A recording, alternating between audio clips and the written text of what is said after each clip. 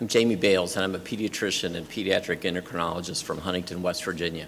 And I've been in practice for 25 years, and I've referred a lot of patients get referred to me because of overweight and obesity in children.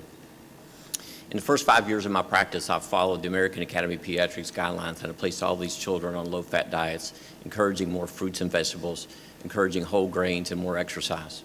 And one of our pediatric residents did a research project, and he looked at 75 patients that I had placed on these low-fat diets and referred them all to dietitians.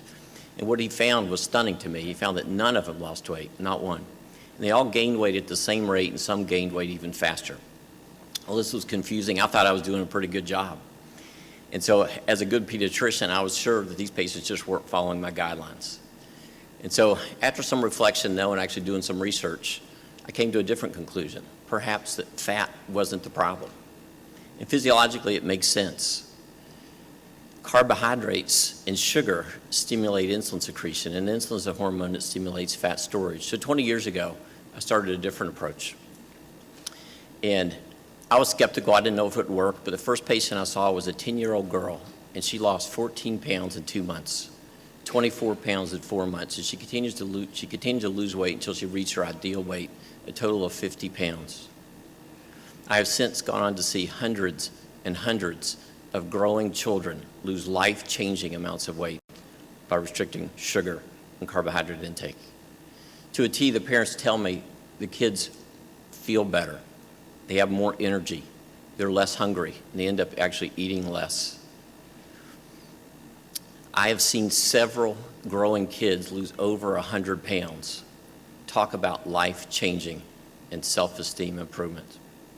Now, about a year ago this September, I had a 16-year-old patient referred to me. He was newly diagnosed with type 2 diabetes.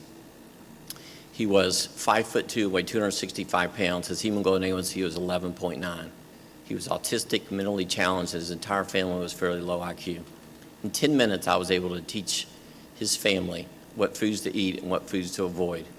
In 4 months, his hemoglobin A1C came down to 5.4 without medication. In 12 months, he lost 102 pounds, and he's maintained his weight loss to this day.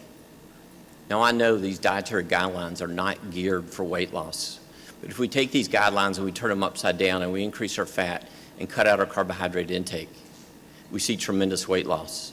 So our goal should be to prevent obesity, and it starts with a more balanced approach. Thank you. Be sure to hit that subscribe button for more highlights and information about the changing dietary guidelines in 2020 and exclusive analysis you won't find anywhere else on YouTube. And make sure to hit that notification bell too so you don't miss the next video. Y'all know what time it is. Red Pill Vegan. Next.